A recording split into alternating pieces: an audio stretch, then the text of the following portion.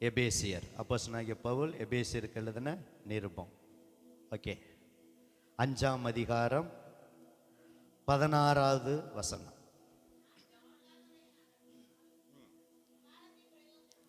எபேசியர் 5:16 தான் இன்னைக்கு தியானம்.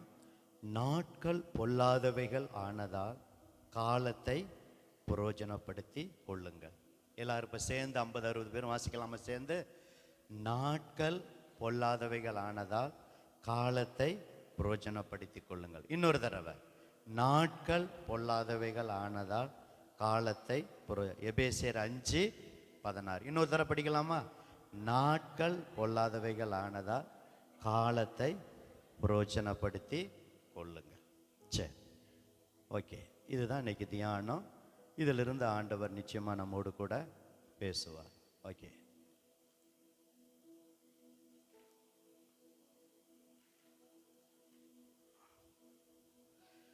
பைபிளில் பார்த்தீங்கன்னா நாட்களை குறித்து அதெல்லாம் எடுக்க வேண்டாம், அதை சுருக்கமாக நான் சொல்லிடுறேன். செய்தி வர்றதுனால அந்த காலங்கிறதுனால சொல்கிறேன்.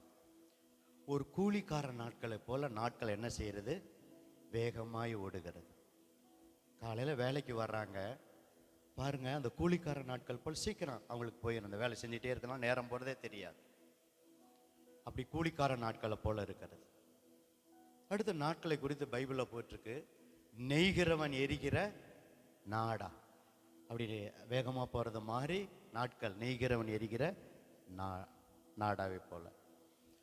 அடுத்து ஒரு நிழலை போல பாருங்க, காலையில் சூரியன் உதிக்குது, அப்படியே நிழல் இங்கிட்டு இருக்குது, இங்கிட்டு இந்த சைடு இருக்குது, அப்படியே மறையுது, நடுப்புல வருது, அப்படியே அந்த சைடு வருது, சூரியன் மறையுது. ஒரு நிழலை போல, ஒரு நிழல் மறைவது போல நாட்கள் அப்படி இருக்கிறது.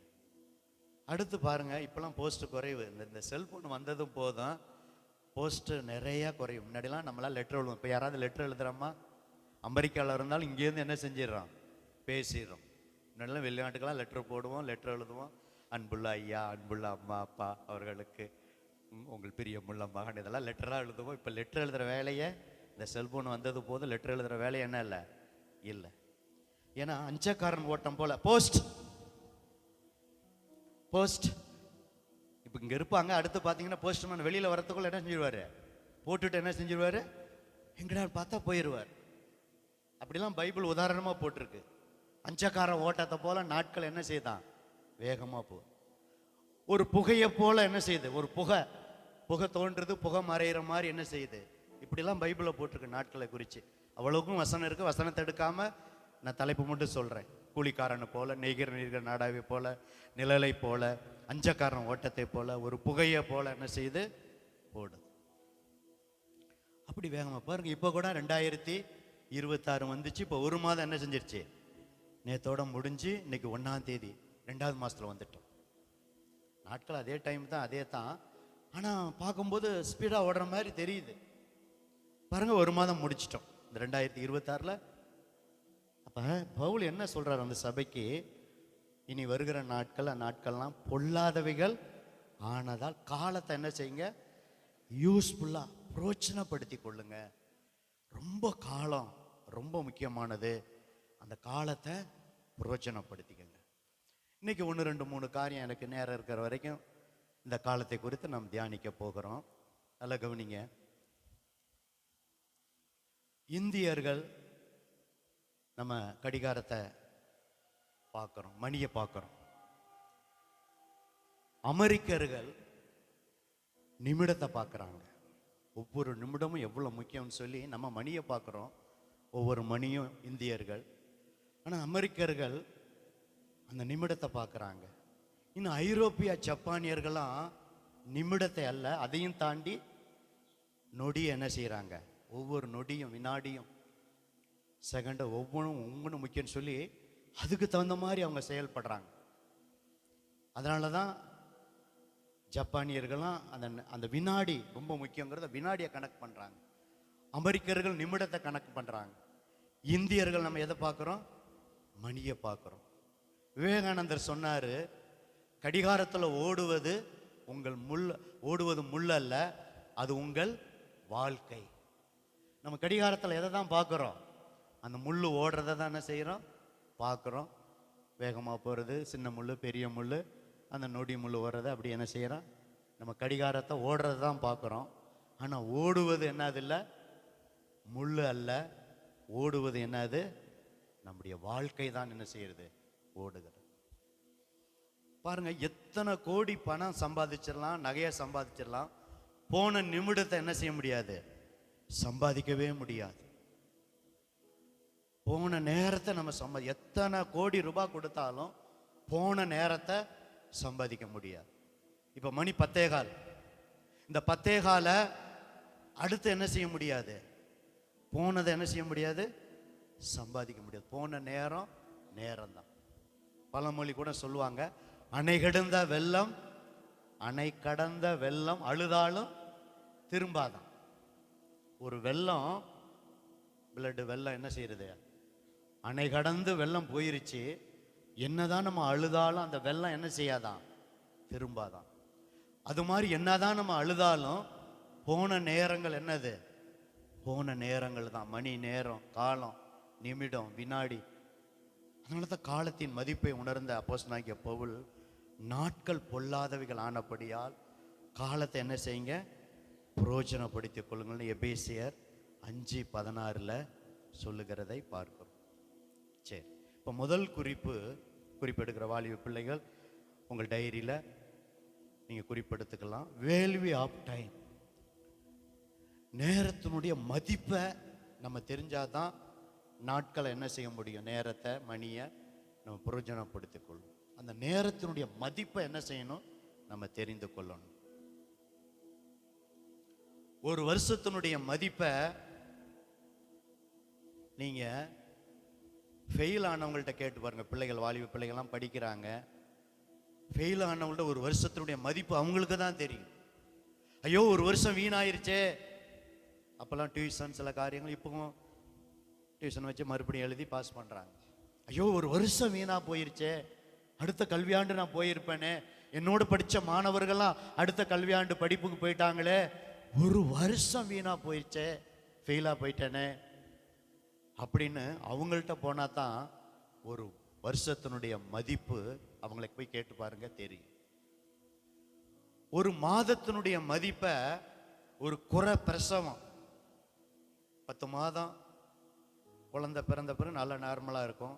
9 மாதத்தில், 8 மாதத்தில், 7 மாதத்தில் பிரசவம் ஆகி பாருங்க. அந்த இதில் வச்சுருப்பாங்க, அது என்ன பெட்ரு, இங்குபேட்டரில். ஆமாம், இங்குபேட்டரில் வச்சுருப்பாங்க. அந்த குழந்தைய காத்து, அப்புறம் அந்த குழந்தை 7 மாத குழந்தை, 8 மாத குழந்தை, 9 மாத குழந்தை கூட தேறி வந்துடுது சில நேரம். இன்னைக்கு நல்லா இருக்காங்க அந்த பிள்ளைகள்லாம். ஆனால் முழுமையாக தாயின் வயிற்றில் அந்த 10 மாதம் இருந்து அந்த சொன்ன நாட்களில் நிறைவேறி குழந்தை பிறக்கிற குழந்தை ஆரோக்கியமாக இருக்கும்.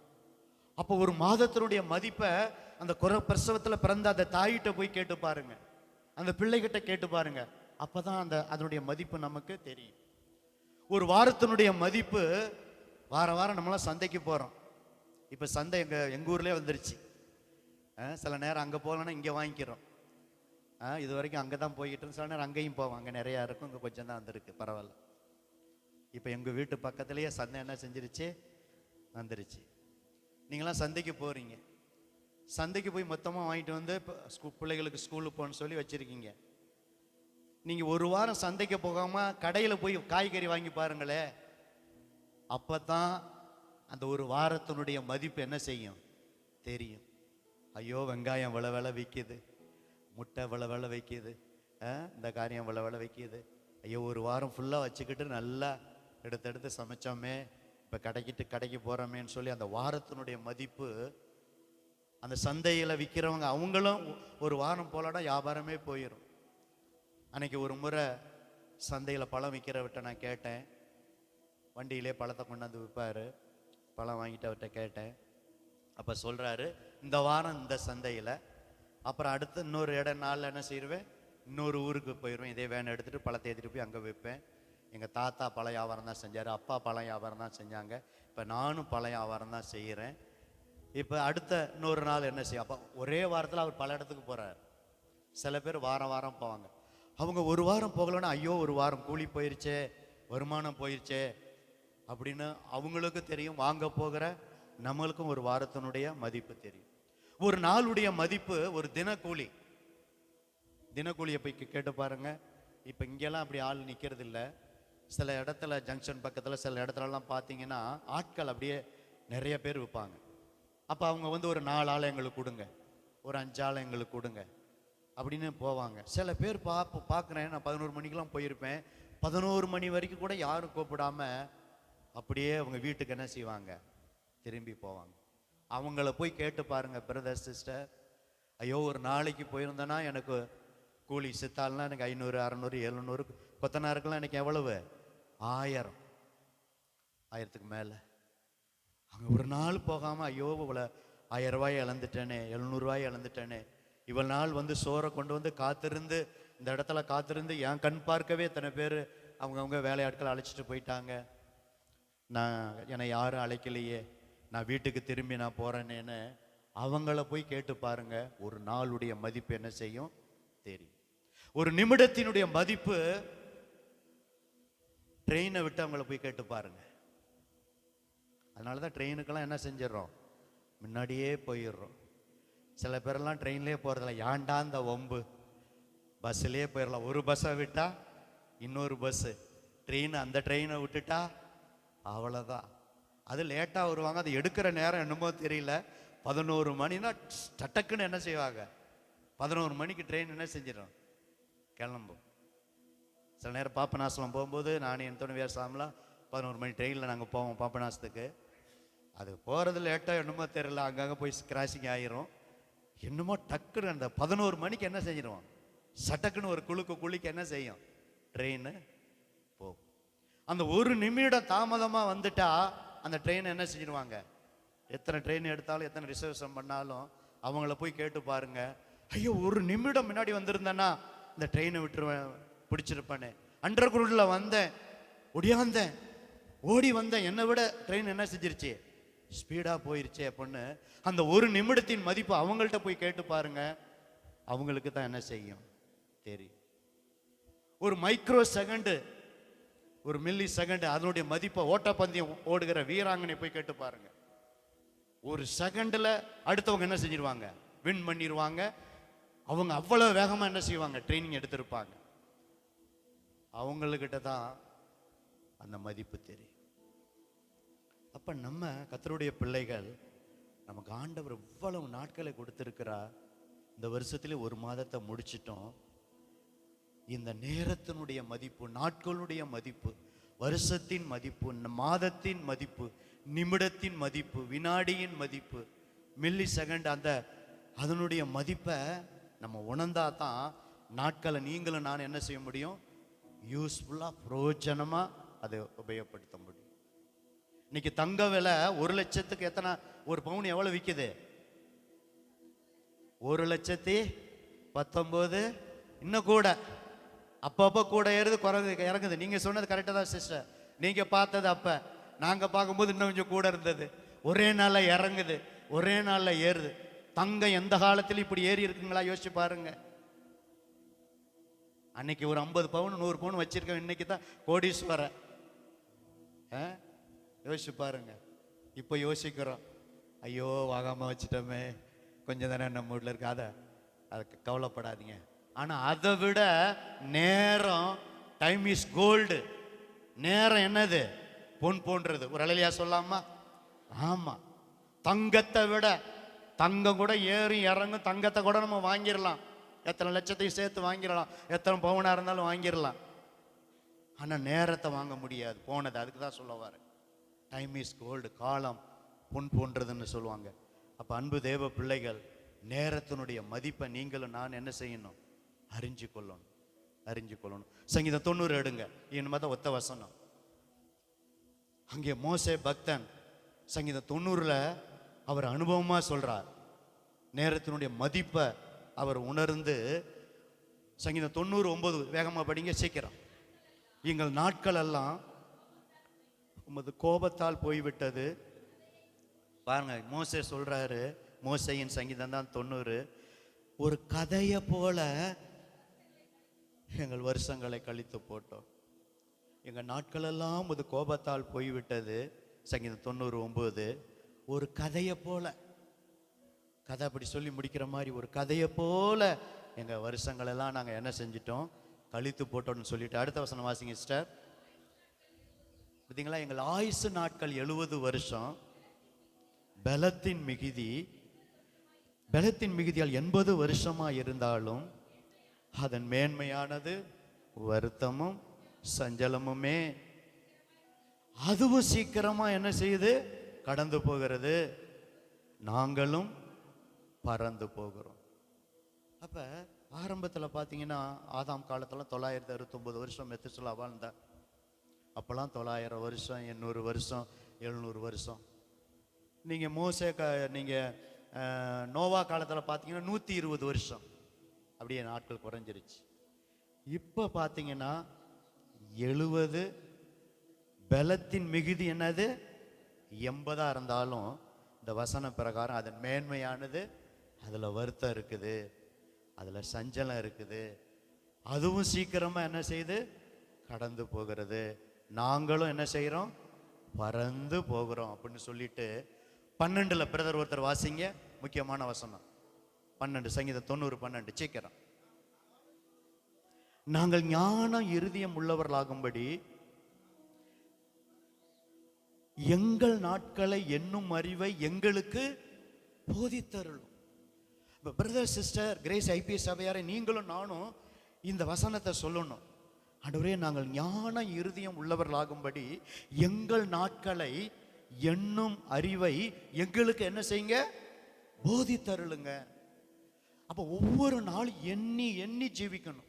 இந்த நாளை கொடுத்தீரே, இந்த ஞாயிற்றுக்கிழமை 1ஆம் தேதியை கொடுத்தீரே, இன்றைக்கு அதிகாலை ஜெபமும் கொடுத்து அதில் கலந்து கொள்ள கிருபை கொடுத்தீரே. அப்படி ஒவ்வொரு நாட்களையும் நீங்களும் நானும் எண்ணி எண்ணி என்ன செய்யணும், அதை ஜீவிக்கணும். அதனால தான் அவர் சொல்றாரு, நாங்கள் ஞான இருதயம் உள்ளவர்களாகும்படி எங்கள் நாட்களை என்னும் அறிவை எங்களுக்கு என்ன செய்யுங்க, போதித்தருளுங்கன்னு சொல்றாரு. 14 இன்னொருத்தர் வாசிங்க. நாங்கள் எங்கள் வாழ்நாளெல்லாம் களி கூர்ந்து மகிழும்படி காலையிலே எங்களை உமது கிருபையால் திருப்தி ஆக்கும். பிரதர் சிஸ்டர், 24 மணி நேரத்தை ஆண்டவர் நமக்கு கொடுத்திருக்கிறார். அமெரிக்கா ஜனாதிபதிக்கும் 24 மணி நேரம் தான், இந்திய ஜனாதிபதி அம்மாவுக்கும் 24 மணி நேரம் தான், நம்முடைய தமிழக முதல்வர் மு.க. ஸ்டாலினுக்கும் 24 மணி நேரம் தான், திருச்சி மாவட்ட கலெக்டருக்கும் 24 மணி நேரம் தான், பாஸ்டருக்கும் 24 மணி நேரம் தான், விசுவாசிகளாகிய உங்களுக்கு என்னது 24 மணி நேரம் தான், எல்லாருக்கும் 24 மணி நேரம் தான்.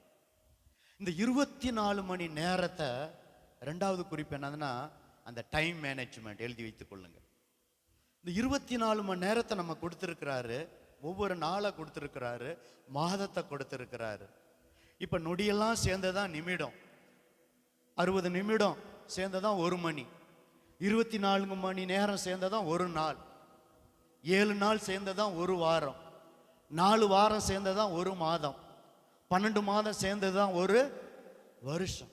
இப்படி ஒவ்வொன்றையும் நம்ம எண்ணி பார்க்கணும், நொடியை எண்ணி பார்க்கணும், நிமிடத்தை, நாட்களை, வாரத்தை.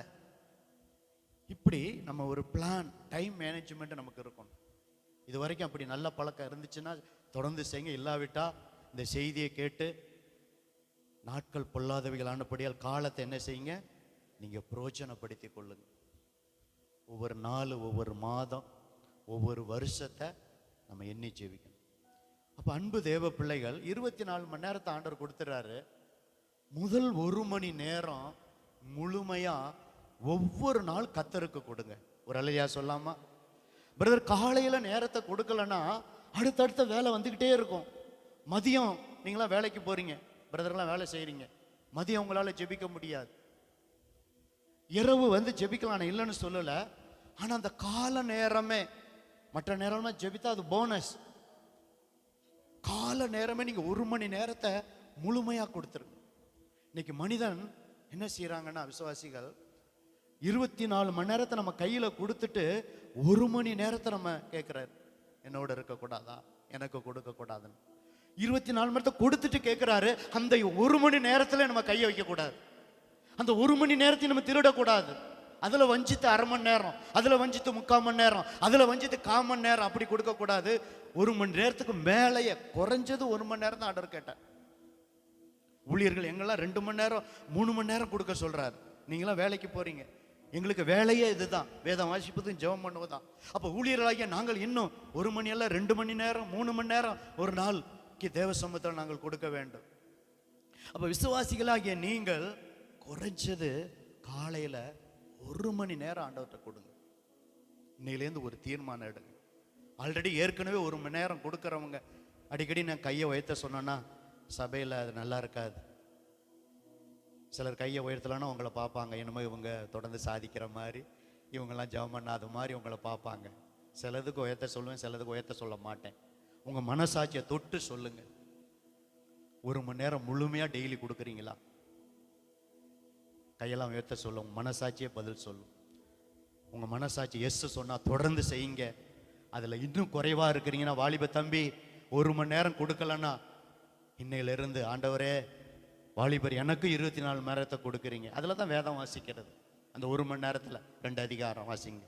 1 மணி நேரத்தில் நல்ல கத்தரை துதிங்க, ஆரம்ப ஜெபம் பண்ணிட்டு நல்லா பாடுங்க, நல்ல பாடலை பாடுங்க, பாவரிக்கை செய்யுங்க, கத்தரை பணிந்து கொள்ளுங்க. அதில் 1-2 அதிகாரம் படிங்க, தியானிங்க, அப்புறம் ஜெபம் பண்ணுங்க. தேசத்துக்காக, நாட்டுக்காக, ஊழியத்துக்காக, எங்களுக்காக, உங்களுக்காக, சபைக்காக, தேசத்துக்காக, வருகிற ஆபத்துக்காக, பாதுகாப்புக்காக.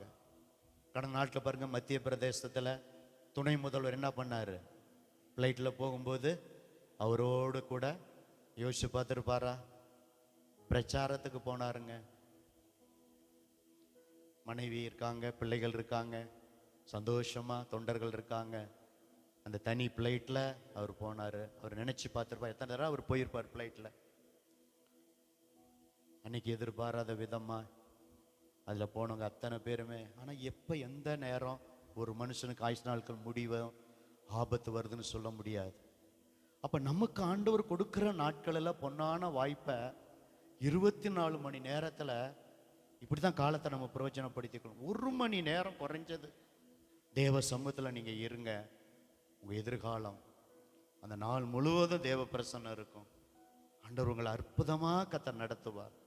இந்த மோசே ஜெபந்தான் படித்தான். அவர் அதிகாலையில் மலையில் போய், அதிகாலமே சீனா மலையில் போய் தேவ சமூகத்தில் அதிகாலமே ஜெபம் பண்ணுவார். வந்து நில்லுன்னு சொன்னார். நீ ஆயத்தமாகி தேவ சமூகத்தில், அதுவும் மலையில், இந்த குளிரே நம்மளால் தாங்க முடியல. நம்ம எத்தனை மணிக்கு நம்ம ஏந்திரிக்கிறோம்? 3 மணிக்கு எழுந்திருப்பவங்க யாரு? முனிவன். 4 மணிக்கு எழுந்திருக்கிறவங்க ஞானி. 5 மணிக்கு எழுந்திருக்கிறவங்க யாரு? அறிஞன். 6 மணிக்கு எழுந்திருக்கவங்க யாரு? மனிதன். 7 மணிக்கு எழுந்திருக்கிறவங்க சிஸ்டர், நான் கேட்கல சிஸ்டர், 2 பேர் தான் சொல்றாங்க. பாஸ்டர் மேல கோச்ச கூடாது. 7 மணிக்கு எழுந்திருக்கவங்க எருமைங்கிறாங்க. இப்போ என் மேலே யாரும் கோவப்பட மாட்டாங்க. அதனால சிஸ்டர் பெர்சியால் மேலேயும் கோவப்பட்டுறாதீங்க, சகோதரி மேலே ஜூலி மேலேயும் கோவப்பட்டுறாதீங்க. அப்படி அறிஞர்கள் சொல்லியிருக்காங்க. அது ஒரு பிரதர், நீங்க 3 மணிக்கு எழும்ப வேண்டாம். பக்கத்தில் சொல்லுங்க, சிஸ்டர் 3 மணிக்கு எழுந்திரிச்சிடாதீங்க. 4 மணிக்கு கூட எழுந்திருக்க வேண்டாம். சிலர் எழுந்திருக்காங்க, எழுந்திரிங்க சிஸ்டர். 4 மணிக்கு எழுந்திருக்கோம், எழுந்திரிங்க. அட்லீஸ்ட் 5 மணிக்கு 5:30க்காவது நீங்க என்ன செஞ்சிடணும்? எழுந்து 1 மணி நேரம், 5:30 to 6:30, 5 to 6. நான் நினைச்சேன் சிஸ்டருங்கெல்லாம் சமைப்பாங்க, கிளம்பிட்டு இருப்பாங்க, பிரதர் எல்லாரும் வந்துருவாங்கன்னு நினைச்சேன். இன்னைக்கு அதிகாலையில் வாலிப தம்பிலாம் வந்துருவாங்கன்னு நான் நினைச்சேன் அதிகாலை ஜெபத்துக்கு. பாஸ்டர் 2 தடவை வரணும். 1ஆம் தேதி, இன்னைக்கு ஞாயிற்றுக்கிழமை வந்துருச்சு, அதனால 5:30 to 6:30 வந்துட்டு வீட்டுக்கு போயிட்டு திரும்ப 8:30 வரணும். அடுத்த மாதம் பாருங்க பாஸ்டர் நான் வந்துடுறேன் அப்படின்னு நீங்கள் சொல்கிறது என் நினைவுக்கு வருகிறது. அடுத்த மாதம் என்ன செஞ்சிடறேன்? நான் வந்துடுறேன் பாஸ்டர்.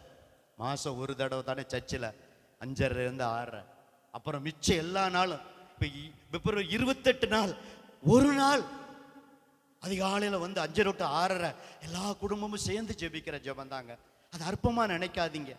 பிரதர்களை சுறுசுறுப்பா, எங்களுக்கும் டயர்டு உண்டு, சோறு உண்டு, சில பலவீனங்கள் உண்டு. அதன் மத்தியில் நாங்கள் வந்து தேவ சமூகத்தில் நிற்கிறோம். கர்த்தர் வந்து நின்னோன்னு எங்களை பலப்படுத்துறார். நமக்கு அந்த உற்சாகம் இருந்துருச்சுன்னா அதிகாலை எழுந்திருச்சிருவோம், வந்து கலந்து கொள்ளுவோம். இப்போ மிச்சம் இன்னைக்கு நீங்கள் வரலனாலும் கூட இங்கே மீதி 27 நாள் இருக்கிறது. 27 நாள் டைம் அலாரம் வச்சு நீங்கள் என்ன செய்யுங்க, செட் பண்ணிவிட்டு நீங்கள் படுத்து பாருங்கள், காலையில் எந்திரிச்சு பாருங்கள். இந்த மாதம் முழுவதும் பண்ணிட்டீங்கன்னா அப்புறம் மார்ச்லேருந்து டிசம்பர் வரைக்கும் தொடர்ந்து ஒரு 21 நாள் ஒரு பழக்கத்தை பண்ணிட்டீங்கன்னா பழக்கம் என்னவா மாறிடும், வழக்கமாக மாறிடும். வழக்கமாக மாறிடும். அலாரம் வச்சாலும் அது எதுக்கு வைக்கிறோம்னா நம்ம தப்பி தவறி தூங்கிடுமோன்னு தான் வைக்கிறோம், நம்மளை ஞாபகப்படுத்த. தூங்கினாலும் அலாரம் வச்சோன்னு எழுந்திக்கிறோம். அலாரத்தையும் என்ன செய்யறது, ஆஃப் பண்ணி விட்டு செல்ஃபோன் தானே, செல்ஃபோனை பார்த்து விட்டு ஐயோ அலாரம் நான் தான் வச்சேன், இன்னும் குறைஞ்சேன் என்ன ஆயிடுறேன், குளிராக இருக்குது அப்படின்னு இழுத்து போத்தக்கூடாது. கர்த்தர் நம்ம ஒரு கொசு கடிச்சு நம்மளை எழுப்பி விடுவார். ஒரு கொசு கடிச்சு என்ன செய்வார், கொசு கடிச்சாலும் தட்டி போட்டு என்ன செய்யக்கூடாது, தட்டி போட்டு என்ன செய்யக்கூடாது, தூங்கக்கூடாது. ஏன்னா கால நேரம், ஏன் அதை நான் அடுத்த பாயிண்ட் போகாமல் இதை பேசுகிறேன்னா, கால நேரம் பெஸ்ட்டு நேரம், அமைதியாக இருக்கிற நேரம். பாருங்க, காலையில் எழுந்திரிச்சோன்னா நம்ம மூளையெல்லாம் அப்படியே ஃப்ரெஷ்ஷாக இருக்கும். அந்த ஃப்ரெஷ்ஷான நேரத்தில் முதல் மணி நேரத்தை, முதல் மரியாதை, அந்த நீங்கள் எழுந்திரிச்ச அந்த முதல் மணி நேரத்தை கர்த்தருக்கு கொடுத்து பாருங்க. அந்த நாள் முழுவதும் தேவ பிரசன்னம் அவங்களோடு கூட இருக்கும் இருக்கும். அன்பு தேவ பிள்ளைகள், அந்த 24 மணி நேரத்தை, முதல் மணி நேரத்தை நீங்கள் கொடுத்துருங்க.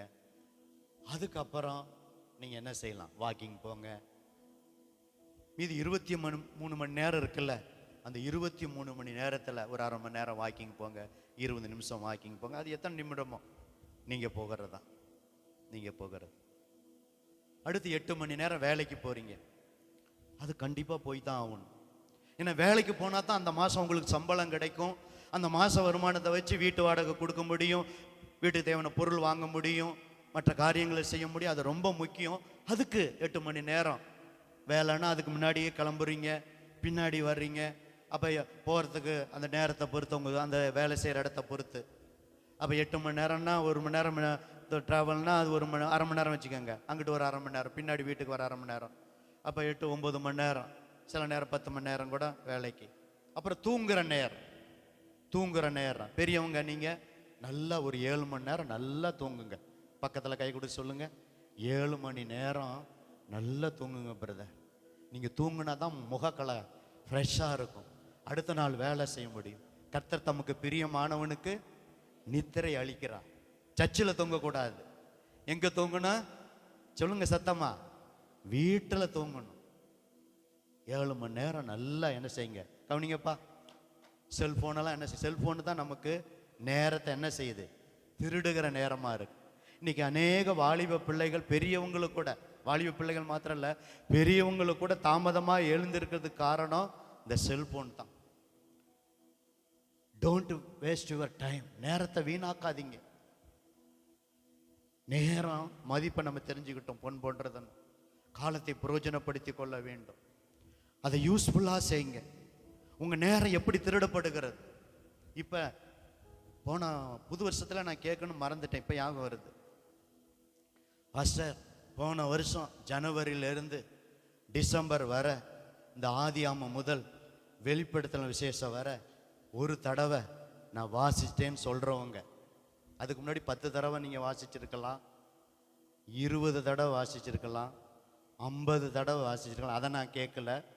போன வருஷம் 2025 ஆதியாகமம் முதல் வெளிப்படுத்தின விசேஷம் வரைக்கும் பாஸ்டர் கொஞ்சம் படிக்காமல் இருந்தேன், இப்போ லீஸ்ட்டை உங்களுக்கு டைம் தரேன் பாஸ்டர். கொஞ்சம் இது இருந்துச்சு, ஜனவரி வந்துச்சு, இந்த ஜனவரிக்குள்ளே நான் முடிச்சிட்டேன் பாஸ்டர். கொஞ்சம் முடிக்கணும்னு நான் நினச்சேன், முடித்தவங்களும் இப்போ கையை உயர்த்தலாம். பாஸ்டர் கொஞ்சம் அதில் கேப் இருந்துச்சு, எப்படியாவது இந்த வருஷத்தில் கொஞ்சம் படிச்சுட்டு, ஜனவரி படிச்சுட்டு இப்போ திரும்ப நான் படிக்க ஆரம்பிச்சிட்டேன் பாஸ்டர். ஆனால் நான் ஒரு தடவை போன வருஷத்துக்குள்ளே இந்த டிசம்பர் மாதம் 31ஆம் தேதி நேற்று வரைக்கும் வச்சுக்கோங்க, ஒரு தடையாவது முடிச்சிட்டேன்னு சொல்கிறவங்க இப்படி கையை உயர்த்துங்க, நல்லா உயர்த்துங்க. 1 2 3 4 5 6. உட்காருங்க சார். கொஞ்சம் கால் வலிக்குதுங்களா? சரி, இல்லை சே, நான் ஒவ்வொரு வருஷமும் இப்படி சொல்லி ஏமாந்து போறேன். என்ன தெரியுமா சொல்லுவேன்? திரும்ப டிசம்பர் என்ன இருக்கு வரைக்கும் டைம் இருக்கு. ஒரு நாளைக்கு காலையில் 2 அதிகாரம், சாயந்தரம் 2 அதிகாரம், ஒரு 4 அதிகாரம். ஒரு நாளைக்கு படிக்கலைன்னா கூட அடுத்த நாள் சேர்த்து படிச்சுட்டு இப்படி குறைஞ்சது 4 அதிகாரம் படிச்சிங்கன்னா அந்த வருஷம் முடிவதற்குள்ள முடிச்சிடலாம். இப்போ ஒரு சில கரங்கள் உயர்ந்தது, பெருமை பாராட்ட ஒன்றும் இல்லை. அடுத்த அதிகாரம் தொடர்ந்து படிங்க சிஸ்டர். கையை உயர்த்தினவங்க தொடர்ந்து படிங்க. ஏற்கனவே அதில் படித்து முடித்தவங்க, இன்னும் கொஞ்சம் பாக்கி இருக்கிறவங்க அதை முடிச்சுட்டு அப்புறம் படிங்க. நான் சொல்கிறது புரியுதுங்களா? ஒரு டைரி நோட்டை வச்சுக்கோங்க, மறந்து போயிடும். படித்தது மாதிரியே இருக்கும், திரும்ப படித்தது மாதிரியே வரும். இதை படித்தோமா படிக்க அப்படிலாம் வரும். நான் படிக்கிறதுனால நானும் சொல்கிறேன் உங்களை மாதிரி. இந்த செல்ஃபோனு இப்போ நான் சொல்கிறேன், ஏன் அதை சொல்கிறேன்னு, இந்த செல்ஃபோனில் நம்ம நேரத்தை எவ்வளோ நேரம் போயிருக்கு. அதை போன வருஷம் அந்த நேரத்தை குறைச்சிருந்தோம்னா இன்னைக்கு எல்லாருடைய கரமும் என்ன செஞ்சுருக்கோம்? உயர்ந்திருக்கும். நான் உங்களை வெக்கப்படுத்த சொல்லலை, உங்களை குற்றப்படுத்த சொல்லலை. அன்பு தேவ பிள்ளைகள், இப்போவும் ஒன்று குறைஞ்சி போகலை, பிப்ரவரி தான் ஆகுது. கர்த்தருக்கு சித்தமானா நீங்களும் நானும் உயிரோடு இருந்தால் டிசம்பருக்குள்ளே சொல்லும்போது நம்முடைய சபையில் அத்தனை கரங்களும் உயரணும். ஒரு அல்லையா சொல்லாமா? நல்ல கரங்களை உயர்த்தி சொல்லுங்க. ஜார்ஜ் முல்லர் 200 தடவை படிச்சு பைபிள் படிச்சா, அதுல 100 தடவை முழங்கால் படிக்கிட்டு படிச்சா. எத்தனை பரிசுத்தவான்கள் பல தடவை படிச்சிருக்காங்க. நான் உதாரணத்துக்கு நிறைய பேரை சொல்ல முடியும். அதனால நம்ம எத்தனை தடவை படிச்சிருந்தாலும் இன்னும் நம்ம என்ன செய்யணும்? படிக்கணும், படிக்கணும். கர்த்தருக்கு சித்தமான நீங்க நாளும் உயிரோடு இருந்தால் டிசம்பர் மாதம் 31ஆம் தேதி ஆராதனையில் சொல்லும்போது அத்தனை கரங்களும் உயரணும். பாஸ்டர், பிப்ரவரி 1ஆம் தேதியே சொன்னீங்க, கொஞ்சம் படிக்காமல் இருந்தது, அதையும் நான் படித்து முடிச்சிட்டேன். திரும்ப மறுபடியும் படிக்க ஆரம்பிச்சு இப்போ ஒன்றும் குறைஞ்சி போல, 1 மாதம் போனாலும் நிச்சயம் முடிச்சிடலாம் பைபிளை. அப்படி ஒரு வைராக்கியம் வைங்க. செல்ஃபோனில் அதுதான் உங்களுக்கு எனக்கு அதிகமான நேரத்தை திருடுது. அதை நான் பார்க்க வேண்டாம்னு சொல்லலை. தம்பிகளா கவனிங்கப்பா, இங்கே கவனிங்க, என்னை கவனிங்க. அதில் நேரம், உங்கள் நேரத்தை என் நேரத்தை திருடுது. இல்லை பாஸ்டர், அதில் மெசேஜ் தான் கேட்குறேன், அதில் பாட்டு தான் கேட்குறேன், அதுவும் நேரத்தை திருடுது. உண்மையாக சொல்ல பாருங்க. இல்லை பாஸ்டர், அதில் நான் வேற எதையும் தப்பாக எதுவும் பார்க்கல, பைபிள் பரிசுத்தவங்களுடைய மெசேஜை தான் கேட்குறேன், பாட்டை கேட்குறேன்னா கொஞ்சம் யோசிச்சு பாருங்க. முழுமையாக நம்ம கேட்குறோம், கொஞ்சம் கேட்டுட்டு அடுத்த தள்ளி விட்டுறோம், கொஞ்சம் கேட்டுட்டு அடுத்து தள்ளி விட்டுறோம், கொஞ்சம் கேட்டுட்டு அடுத்து என்ன செஞ்சிடறோம்? தள்ளி விட்டுறோம். கடைசியில் பார்த்தா என்ன பார்த்தோம், எதை பார்த்தோம், நேரம் தான் என்ன செஞ்சது? போனதான் மிச்சம். பார்த்தா நேரம் 1/2 மணி நேரம் ஆயிருக்கும், 3/4 மணி நேரம் ஆயிருக்கும். வேணா டெஸ்ட் பண்ணி பாருங்க. என்ன பாஸ்டர் நான் பண்றது அப்படியே சொல்றாருன்னு சில பேர் சொல்றது எனக்கு புரியுது. புரியுதுங்களா? என் அன்பு தேவ பிள்ளைகளை, நாட்கள் பொல்லாதவைகள், அன்படியால் காலத்தை என்ன செய்யணும்? நீங்களும் நானும் பிரயோஜனப்படுத்திக் கொள்ளணும். 1 மணி நேரத்தை கொடுத்துருங்க, வாக்கிங் போங்க. சகோதரிகளே, நல்லா சமைங்க, சமைக்கிறதுக்கு நல்ல நேரத்தை கொடுங்க, தூங்குறதுக்கு நல்ல நேரம் வைங்க. எப்படி ஆண்டவர் 24 மணி நேரமா ஆண்டவர் நம்ம கேட்குறாரு அவருக்கு? யோசிச்சு பாருங்க. குறைஞ்சது 1 மணி நேரம் தான். கிருஷ்ணமணி தோட்டத்துக்கு சீசர்கள் அழைச்சிட்டு போனால் அது 1 மணி நேரம் கூட விழித்திருக்காம தூங்குனாங்க. 1 மணி நேரமாவது விழித்திருந்து ஜெபிக்க கூடாதா? எப்படிங்க தூக்கம் வந்துச்சு? அவர் கற்ப வேதனைப்பட்டு ஜெபிக்கிறார், முழங்கால் பட்டு ஜெபிக்கிறார், முகங்குப்புற விழுந்து ஜெபிக்கிறார் கெஷமன தோட்டத்தில். ஆனால் 3 பேர் ஜெபிக்க போனவங்க, ஜெபத்தில் தாங்க போனவங்க 3 பேரும் என்ன செய்கிறாங்க? பேதுரு, யோவான், யாக்கோபு நல்லா என்ன செய்கிறாங்க? தூங்குறாங்க. தூங்குனது உண்மைதான். அடுத்து பேதுருவை பார்த்தீங்கன்னா 1 மணி நேரம் என்ன பல மணி நேரம் ஜெபிக்கிறவராய் மாறினார். ஒரு அல்லேலூயா சொல்லாமா? பெந்தெக்கோஸ்தே நாளிலே ஆவியானவர் இறங்கின பிறகு, அந்த வல்லமை அபிஷேகத்தை பெற்ற பிறகு, நாங்களோ ஜெபம் பண்ணுவதில் வேதவசனம் போதிக்கிற ஊழியத்தில் இடைவிடாமல் தரித்திருப்போம். ஜெப வேலையாகி 9ஆம் மணி நேரம், ஜெப வேலையாகி 6ஆம் மணி நேரம், ஜெப வேலையில் பேதுரு யோவானும் தேவாலயத்துக்கு. அவங்க தூங்குனது உண்மைதான். 1 மணி நேரம் கூட ஜெபிக்காது உண்மைதான். அதுக்கப்புறம் வைராக்கியம் அடைந்து அபிஷேகம் பெற்ற பிறகு மணிக்கணக்கா ஜெபிக்க ஆரம்பித்தார்கள். ஒருவேளை இதுவரை நீங்கள் கடந்த நாட்களிலே 1 மணி நேரம் கொடுக்காதவர்களா இருந்தால் 1 மணி நேரம் என்ன, ஒரு நாள்ல 1.5 மணி நேரம் 2 மணி நேரம் கொடுக்கிற அளவுக்கு கர்த்தர் உங்களை உயர்த்துவார். ஒரு அல்லேலூயா சொல்லாமா? ஆமா. அதை நீங்கள் தான் திட்டமிடணும். பிள்ளைகள் படிக்கிற நேரம் நல்லா படிங்க, நல்லா படிங்க. படிக்கிறதுக்கு முன்னாடி பைபிளை படித்து ஜெபம் பண்ணிட்டு அதுக்கப்புறம் உங்கள் பாடங்களை என்ன செய்யுங்க, நீங்கள் படிங்க. பிரதர்கள், கணவன் மார்கள் மனைவியோடு நேரத்தை செலவிடுங்க. சகோதரிமார்களே, உங்கள் புருஷனோடு நேரத்தை செலவிடுங்கள். இந்த டைம் மேனேஜ்மெண்ட்ல அது ரொம்ப முக்கியம். பிள்ளைகளோடு என்ன செய்யுங்க, நேரத்தை செலவிடுங்க. இந்த 8 to 11 ஒரு காமன் நேரம் இருக்கு. இப்போ 10:45. இது விலையேறப்பட்ட ஒரு நேரம். ஒரு அல்லேலூயா சொல்லாமா? இந்த 8 to 11 இது பொன்னான நேரம். இது வேஸ்ட் நேரம் அல்ல. இந்த நேரத்தை நம்ம இன்வைட்ஸ் பண்ணுகிறோம். இதற்கு மிகுந்த ஆசீர்வாதம் உண்டு. இந்த வாரம் முழுவதும் ஒரு வாரம் ஞாயிற்றுக்கிழமை நீங்க வந்து 2.5 மணி நேரம் தேவ சமூகத்தில் உட்காந்துட்டு போறது, அந்த வாரம் முழுவதும் கர்த்தர் பிரயாணத்தை பாதுகாத்து கொள்வார், பலன் கொடுப்பா, ஐஸ்வர்யத்தை சம்பாதிக்க நல்ல சுகம் கொடுப்பா ஆண்டவர். ஏன்னா அவருடைய சமூகத்தில் நம்ம வந்து பாடி துதித்து ஆராதித்து அவருடைய வார்த்தையை கேட்க இந்த 2.5 மணி நேரத்தை நம்ம முதலீடு செய்திருக்கிறோம். இது வேஸ்டான டைம் அல்ல. அதனால தான் ஒரு பக்தன் பாடுகிறார். தெரிஞ்ச என்னோட கூட பாடுவீங்களா? உம்மோடு கை தட்டி பண்ணலாமா?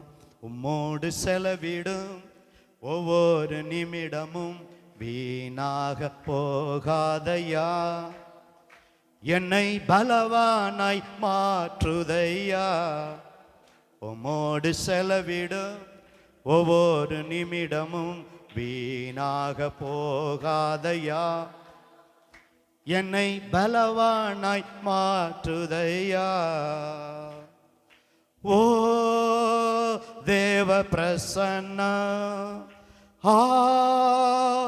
என்ன ஆனந்த, ஓ தேவ பிரசன்ன என்ன ஆனந்த, ஆகாயம் கொண்டு செல்லுதே என்னை, ஆகாயம் கொண்டு செல்லுதே.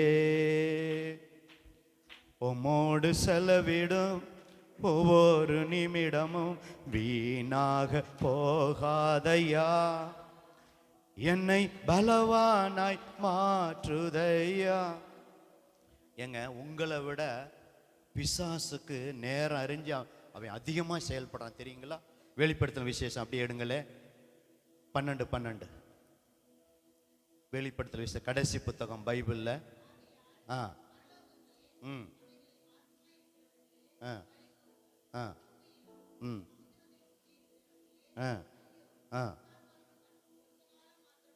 பார்த்தீங்களா? அதில் நடுப்புற வருது, பிசாசானவன் தனக்கு கொஞ்ச காலம் மாத்திரம் உண்டென்று அறிந்து, நல்லா படிங்க சார் சத்தமா, மிகுந்த கோபம் கொண்டு உங்களிடத்தில் இறங்கினபடியால் உங்களுக்கு ஆபத்து வரும் என்று சொல்ல கேட்டேன். வெளிப்படுத்தினால் 12:12. பிசாசுக்கு நேரத்தினுடைய மதிப்பு தெரியுதுங்க. அவனுக்கு கொஞ்ச காலம் தான் இருக்குன்னு தெரியுது. அதனால வேகமா எவ்வளவு பேரை நரகத்துக்கு இழுக்கலாமோ, எவ்வளவு பேரை விக்கிரகாராதனை செய்ய வைக்கலாமோ, எவ்வளவு பேரை உபச்சாரம் பாவம் வைக்கலாமோ, வேசித்தன பாவம் பண்ண வைக்கலாமோ அப்படின்னு சொல்லி மனுஷனை பாவம் செய்ய தூண்டி, இச்சையை தூண்டி பாவம் செஞ்ச வச்சு கடைசியா நரகத்துக்கு இழுக்கிறான் ஒரு கூட்ட ஜனத்தை.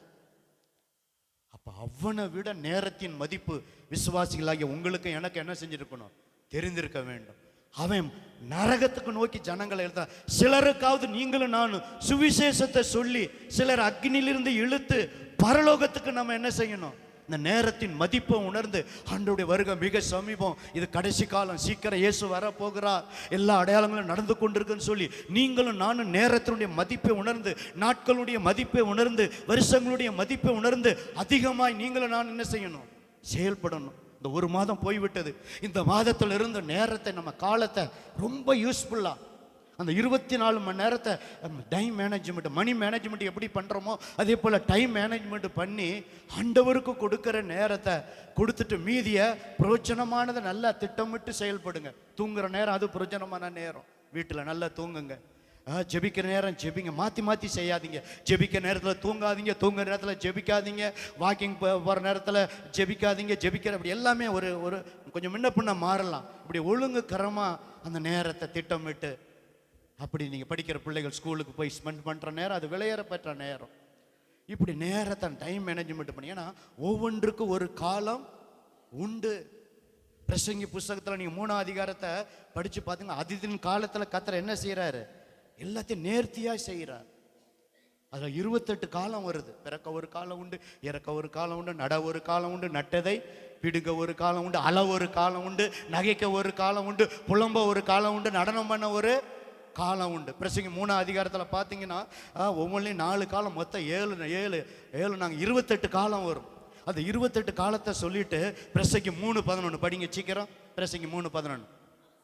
அவர் சகலத்தையும் அதினதின் காலத்தில் நேர்த்தியாய் செய்கிறார். இன்னொருத்தர் சங்கீதம் 102:13 படிங்க. சங்கீதம் 102:13 தேவரீர்னு வரும். சங்கீதம் 102:13 தேவரீர் எழுந்தருளி சீயோனுக்கு இறங்குவீர், அதற்கு தயை செய்யும் காலமும் அதற்காக குறித்த நேரமும் வந்தது. பிரதர், நீங்கள் சொல்லலாம், என் வாழ்க்கையில் இன்னும் நல்ல காலம் வரல, இன்னும் எனக்கு ஆண்டவர் சிலது நடக்கலன்னா இந்த 2 வசனத்தை ஞாபகம் வச்சுக்கோங்க. சகலத்தையும் அதன் காலத்தில் என்ன செய்வார்? நேர்த்தியாக செய்வார்.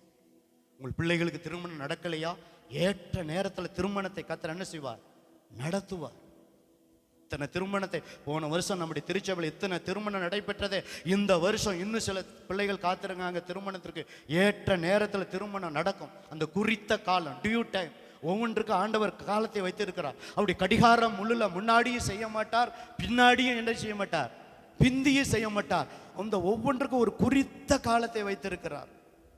சில நேரம் நம்ம அவசரப்படுறோம், இப்போ நடந்தால் நல்லா இருக்குன்னு விரும்புகிறோம். உண்மைதான், மனுஷனாக இருப்பதனால ஆண்டவர் இன்னைக்கு நடந்தால் நல்லா இருக்கும், இந்த வாரம் நடந்தால் நல்லா இருக்கும், இந்த மாதம் நடந்தால் நல்லா இருக்கும். பாருங்க, காணா ஒரு கல்யாணத்தில் தண்ணீர் திராட்சை ரசம் குறைவுப்பட்டது. அப்போ உடனே அற்புதம் செஞ்சிருக்கலாம். இயேசு என்ன சொன்னா? என் வேலை இன்னும் வரலன்னாரு. அந்த அம்மா மரியாள் சொன்ன உடனே தண்ணீரை திராட்சை ரசமா மாத்திருக்கலாம். அது லேசான காரியம் அவருக்கு அற்புதம் செய்வது. ஆனா அந்த நேரத்துக்கு காத்திருந்தா. இயேசு பாருங்க, பகல் காலம் இருக்க மட்டும் என்னை அனுப்பினுடைய கிரியை செய்ய வேண்டும், ஒருவர் கிரியை செய்யாத ராக்காலம் வருகிறதுன்னார். இயேசு 33 வருஷம் ஊழி செஞ்சார். பம்பரமாய் ஊழியம் செய்தார். சுற்றி சுற்றி சுற்றி கலிலேயாவில் இருப்பார், கடற்கரையில் இருப்பார், வீட்டில் இருப்பார், அங்கே இருப்பார். நேரத்தினுடைய மதிப்பை நான் பிரசவம் பண்ணுகிற இயேசு அறிந்திருந்தார். இயேசு எல்லாவற்றுக்கும் மாதிரி, நேரத்துக்கும் அவர் மாதிரி. 33 வருஷம் தான் பிதா அவருக்கு கொடுத்த நேரம். நம்மளாம் இத்தனை வருஷம் உயிர் வாழ்றோம். உங்க வயசை கணக்கு பண்ணி பாருங்க, இத்தனை வருஷம் நீங்களும் நானும் உயிரோடு வாழ்றோம். பிதா இயேசுக்கு கொடுத்த நேரம் எவ்வளோங்க சொல்லுங்க? 33 வருஷம். அந்த 33 வருஷத்தை யூஸ்ஃபுல்லா செய்தார். நாட்கள் பொல்லாதவைகள் அந்த காலத்தை என்ன செஞ்சார்? பிதா அவருக்கு கொடுத்த மனுஷனா வந்ததுனால 33 வருஷம். அந்த 33 வருஷம் காலத்தை யூஸ்ஃபுல்லா செய்து முடித்தார். கடைசியில் சிலுவையில் எல்லாம் செய்து முடித்து விட்டேன்னார். Complete, it is finished. பிதா எனக்கு என்ன திட்டத்தை கொடுத்தாரோ அந்த குறித்த நேரத்தில், இயேசு கிறிஸ்து குறித்த நேரத்தில் தான் இந்த உலகத்தில் பிறந்தா. எத்தனையோ பேர் இருந்தால் கன்னி மரியாள் வயிற்றுல தான் பிறந்தா. அந்த நேரத்தை 12 வயசு வரைக்கும் போதகர் நடுவில் இருந்தார். அப்புறம் 30 வயசு வரைக்கும் பெற்றோர்கள் கீழ்ப்படிந்து இருந்தார். 3 வருஷம் தான் ஊழியம் செய்தார். 3 வருஷம் ஊழியத்தில் இயேசு அவ்வளவாய், நீங்க மத்தேயு, மார்க்கு, லூக்கா, யோவான்லாம் படிச்சு பாருங்க. இங்க இருப்பார், டக்குன்னு அங்க போவார், அங்க வருவார், இங்க அற்புதம் செய்வார், அப்படியே கடற்கரையில் இருப்பார். அப்படியே அப்படியே ஆண்டவர் பாருங்க அந்த நேரத்தை எவ்வளவு யூஸ்ஃபுல்லா அவர் உபயோகப்படுத்துறார் பாருங்க. அப்ப நாட்கள் பொல்லாதவை ஆனபடியா நீங்களும் நானும் காலத்தை என்ன செய்யணும்? பிரயோஜனப்படுத்தி கொள்ளணும். அப்ப நேரத்தினுடைய மதிப்பை நீங்க உணருங்க. நேரத்தை நல்ல டைம் மேனேஜ்மெண்ட் பண்ணுங்க.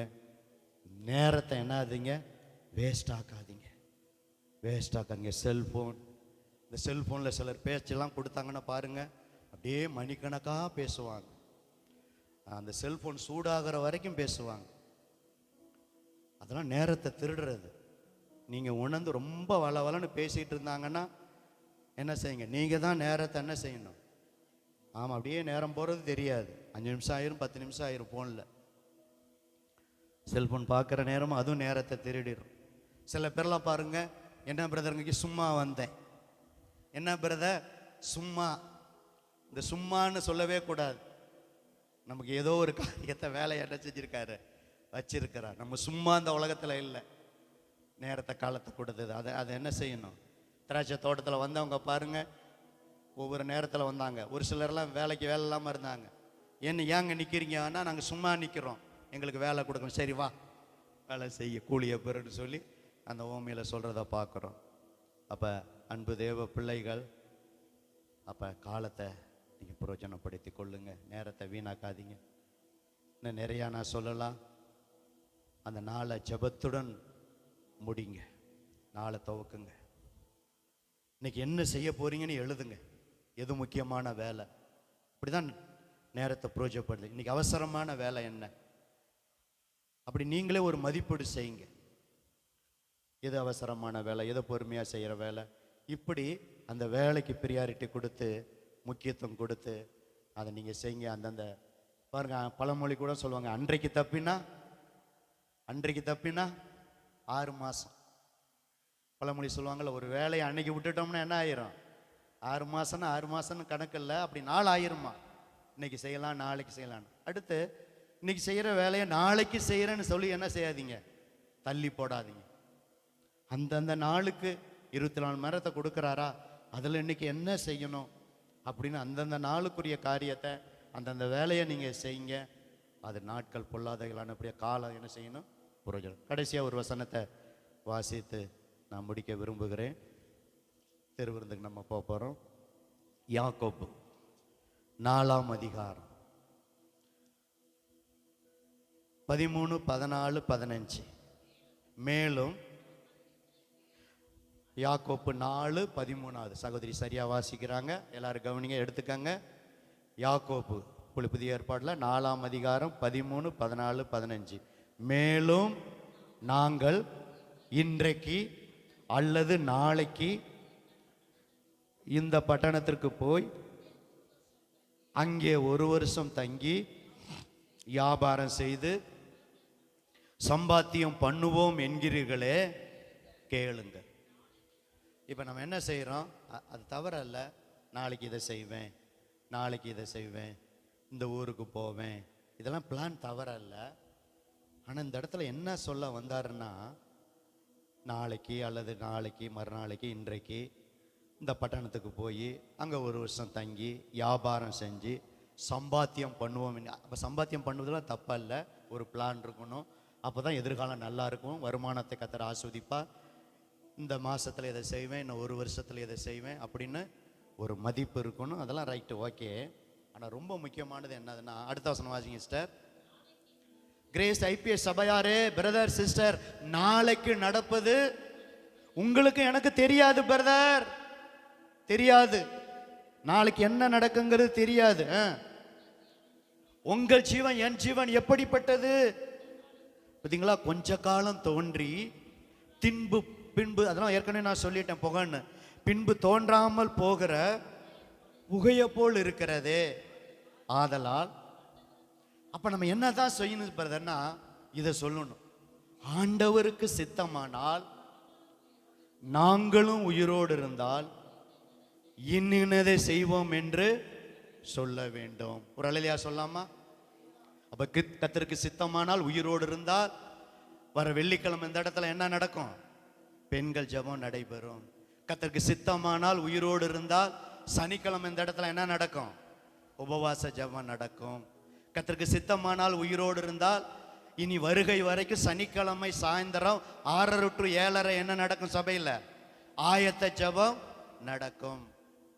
கர்த்தருக்கு சித்தமானால் என் பிள்ளை அந்த டிகிரி முடிப்பான், கர்த்தருக்கு சித்தமானால் ஒரு இடத்த வாங்குவோம், கர்த்தருக்கு சித்தமானால் ஒரு வீட்டை கட்டுவோம், கர்த்தருக்கு சித்தமானால் உயிரோடு இருந்தால் கடனை அடைத்து கடன் இல்லாத ஒரு வாழ்க்கை வாழ்வோம், கர்த்தருக்கு சித்தமானால் உயிரோடு இருந்தால் எங்கள் பிள்ளைக்கு நல்ல பேர பிள்ளையை கர்த்தர் கொடுப்பார், கர்த்தருக்கு சித்தமானால் உயிரோடு இருந்தால் இதே போல இன்னொரு மடங்கு விசுவாசியை கொடுத்து 2 ஆராதனை இந்த இடத்துல என்ன செய்யும்? நடைபெறும். கர்த்தருக்கு சித்தமானால் உயிரோடு இருந்தால் இந்த வருஷம் மே மாத சிஜிசியை நடத்துவோம். கர்த்தருக்கு சித்தமானால் உயிரோடு இருந்தால் இன்னும் நிறைய கூட்டம் இருக்கு பின்னாடி, அதை நான் சொல்றேன். அந்த நேரம் வரும்போது இந்த வருஷத்துக்கு சில என்ன 3 மாதத்துக்கு ஒரு தர 8 மணி நேரம் போன வருஷம் நடத்தணும், இந்த வருஷம் அதை எப்படி நடத்தணும் சொல்லி கொஞ்சம் மாற்றி கொடுத்துருக்காரு. ஆனாலும் அந்தந்த நாட்களில் உண்டு. கர்த்தருக்கு சித்தமானால் உயிரோடு இருந்தால் இந்த வருஷமும் பெபையால் பெண்கள் முகாம் நடைபெறும். இப்படி எல்லா காரியத்திற்கும் நம்ம சில நேரம் ஏன் அதை சொல்கிறது இல்லைன்னா, ஒருத்தட்ட போய் சொல்லும்போது என்னடா எடுத்தோன்னே கர்த்தருக்கு சித்தமானால், கர்த்தருக்கு சித்தமானால் உயிரோடு இருந்தால் இப்படி சொல்கிறான்னு சொல்லிவிட்டு அந்த வார்த்தையை கட் பண்ணிவிட்டு நம்ம என்ன தெரியுமா சொல்கிறோம்? கர்த்தருக்கு சித்தமானால் இந்த காரியத்தை செய்வோம், கர்த்தருக்கு சித்தமானால் சொல்லி தான் பாருங்களேன், செத்தா போயிடுவோம். அப்படி தானே சொல்லியிருக்காரு ஆண்டவர். நம்ம என்ன உயிராக போயிடுறோம்? நம்ம பாதி வசனத்தை மறைச்சி பாதி வசனத்தை சொல்லி சொல்லி பழகிட்டோம். இனிமே சொல்லி பாருங்க, கர்த்தருக்கு சித்தமானால். ஏன் பிரதர் சிஸ்டர் அப்படி சொன்னீங்கன்னா, யாக்கோப்பு 4ஆம் அதிகாரம் 15ஆம் வசனத்தில் போட்டிருக்க பிரதர், வசனத்தை தான் நான் சொல்கிறேன். கர்த்தருக்கு சித்தமானால், ஆண்டவருக்கு சித்தமானால் நாங்களும் உயிரோடு இருந்தால் இன்னதை என்ன செய்வோம்? செய்வோம். இந்த பிஸ்னஸை பண்ணுவோம், இந்த வீடை கட்டுவோம், இந்த காரியத்தை செய்வோம், என் பிள்ளைகளுக்கு இந்த காரியம் நடக்கும், பிள்ளைக்கு வேலை கிடைக்கும், கர்த்தருக்கு சித்தமானால் பிள்ளை முழு எக்ஸாம் நடப்பான், முழாண்டு தேர்வு எழுதுவான், கர்த்தருக்கு சித்தமான இந்த கோர்ஸை முடிப்பான். இப்படி எதுக்காக ஆண்டவருக்கு சித்தமானால் உயிரோடு இருந்தால் சொல்லி பாருங்க, நல்ல தீர்க்காயுசை கர்த்தர் கொடுப்பார். அந்த காரியத்தை கர்த்தர் என்ன செய்வார்? முடிப்பார். அதை விட்டுட்டு நாளைக்கு என்ன செய்வோம், இதை செய்வோம், அதை செய்வோம்னு கர்த்தர் இல்லாமல் நம்ம செஞ்சோம்னா நாளைக்கு நடக்கிறது ஒன்றும் தெரியாது. அதனால தான் 13ஆம் வசனத்தில் நாங்கள் இன்றைக்கு அல்லது நாளைக்கு இன்ன பட்டணத்திற்கு போய் அங்கே 1 வருஷம் தங்கி வியாபாரம் செய்து சம்பாத்தியம் பண்ணுவோம் என்கிறீர்களே, கேளுங்கள் சொல்லிட்டு 14 நாளைக்கு நடப்பது உங்களுக்கு தெரியாதே, உங்கள் ஜீவன் எப்படிப்பட்டது, கொஞ்ச காலம் தோன்றி பின்பு தோன்றாமற் போகிற ஒரு புகையை போல இருக்கிறதே.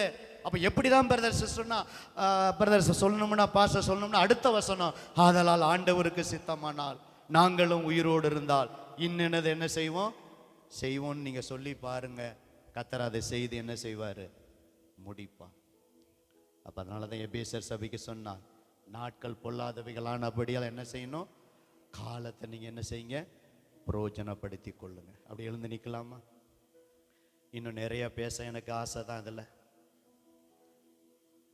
தாவீது இந்த கோராக புத்திரர் கூட சொல்கிறார்கள், 1000 நாள் பார்க்கிலும் முது பிரகாரங்களில் செல்லும் ஒரே நாள் நல்லது, ஆகாமிய கூடாரங்களில் வாசமாய் இருப்பதை பார்க்கலாம் என் தேவனுடைய வாசற்படியில் காத்திருப்பதையே நலன்னு சொல்லி பிரதர் 1000 நாளை விட தேவ சமூகத்தில் 2.5 மணி நேரம், இப்போ 11 மணி தான் ஆகுது, இந்த 2.5 மணி நேரம் முழுமையாக கொடுங்க. அடுத்த வாரத்துலேருந்து ஒரு தீர்மானம் எடுத்து, ஆண்டவரே ஞாயிற்றுக்கிழமை ஆராதனை ஒரு 2.5 மணி நேரம், இந்த நேரத்தையும் நான் திருடக்கூடாது, இதுலேயும் நான் சொந்த காரியத்தை செய்யக்கூடாது. என்னைக்கோ ஒரு நாள் தாமதமான ஆலயத்துக்கு வரலாம்ப்பா, ஆனால் வருஷம் முழுவதும் அப்படி இருக்கக்கூடாது ஆண்டவரே. இந்த 2.5 மணி நேரத்தை நான் முழுமையாக கொடுக்கணும். அப்படியே கண்ண மூடி ஒப்பு கொடுக்கலாமா? ஒப்பு கொடுங்க பிரதர். வாலிப தம்பிகளாம் கையை உயர்த்துங்க. ஆண்டவரே நாட்கள் பொல்லாதவைகளானபடியா காலத்தை நாம் பிரயோஜனப்படுத்தி கொள்ளணும் ஆண்டவரே. ஆண்டவரே நேரத்தினுடைய மதிப்பு முக்கியத்துவம் தெரியணும் ஆண்டவரே. நேரத்தை நான் திட்டமிட்டு செலவு பண்ணணும் ஆண்டவரே. ஆண்டவரே 24 மணி நேரத்தில் முதல் 1 மணி நேரத்தை முழுமையாக நான் கொடுக்கணும் ஆண்டவரே. ஆல்ரெடி கொடுத்திருந்தால் இன்னும் அதிகமாய் கொடுக்கணும்.